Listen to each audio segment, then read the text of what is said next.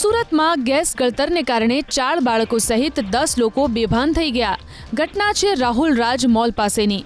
Footpath પાસે પસાર થતી ગેસ લાઇનમાં અચાનક ગેસ ગળતર થતાં 4 બાળકો સહિત 10 લોકો બેભાન થઈને ઢળી પડ્યા।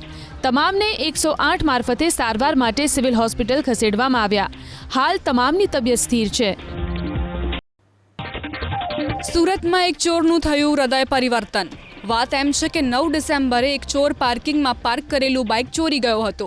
તેની આ કરતૂત સીસીટીવીમાં કેદ થઈ હતી।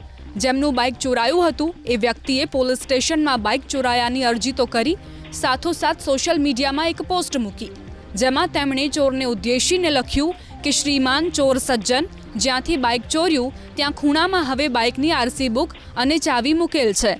ટાઈમ મળે તો એ પણ લઈ જજો અને સુખેથી બાઇક ચલાવજો। મારી પાસે સાયકલની વ્યવસ્થા છે। બાઇક ચોર્યાના 4 દિવસ બાદ ચોર ફરી ત્યાં આવ્યો અને ચોરેલું બાઇક પરત મૂકી ગયો।